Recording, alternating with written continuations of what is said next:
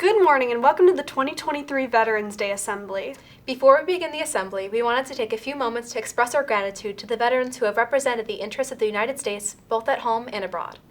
Thank you to the veterans and active duty personnel on staff here in District 117, including Mr. Kurt Onstad, Mr. Jim Anderson, Ms. Stephanie Savell, and Ms. Jen Hippert.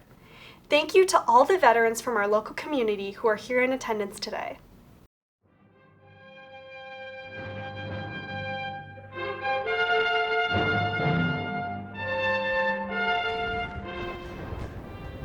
While war has always marred our history, none had been quite so devastating as the First World War. After more than 4 years of fighting, with the late addition of the United States in 1917, the Central Powers were finally beaten back. On the 11th hour of the 11th day of the 11th month in 1918, the guns finally fell silent. Earlier that morning, Germany signed an armistice agreement with the Allies in the railroad car outside Compiègne, France. While the end of the hostilities was a relief for many, the reality of what had been endured was beginning to become apparent. The First World War left more than 9 million soldiers dead and 21 million wounded. In addition, at least 5 million civilians died from disease, starvation, or exposure to the elements as a direct result of the conflict.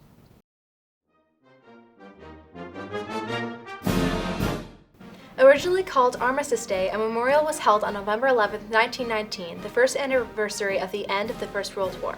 Congress passed a resolution in 1926 for an annual observance, and November 11th became a national holiday in 1938. The purpose of this day is to pay tribute to all American veterans, living or deceased, but especially to give thanks to the living veterans who served their country honorably during war or peacetime. We will begin the assembly with the Pledge of Allegiance and the National Anthem, followed by a presentation of the colors by a military honor guard. An honor guard serves many roles in today's military. They provide funeral honors for fallen comrades and guard national monuments. An honor guard may also serve as the guardian of the colors by displaying and escorting the national flag on ceremonial occasions at official state functions.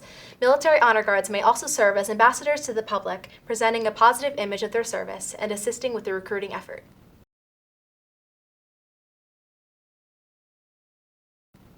Today you will be hearing the LCHS Band and Choir perform a number of musical pieces that have special significance for our veterans, including the United States Armed Forces Medley and taps.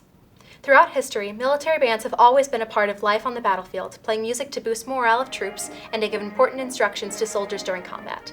This was often the only way commanders could convey orders to their forces during battle. Each branch of military service has its own official song, which is a part of its heritage and an anthem to rally behind. When played in a concert, these military songs are played in a particular order as directed by the Department of Defense. The order of precedence is Army, followed by Marine Corps, then the Navy, Air Force, and Coast Guard. Veterans in attendance will be invited to stand during their branch's song.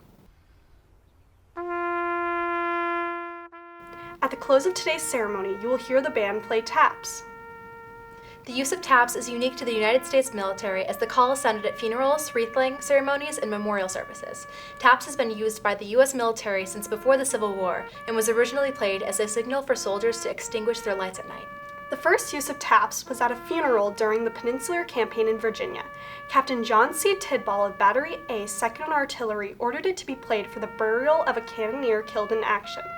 Because the enemy was close, he worried that the traditional 3 volleys would renew fighting. Today, taps is sounded at the final call every evening on military installations and at military funerals.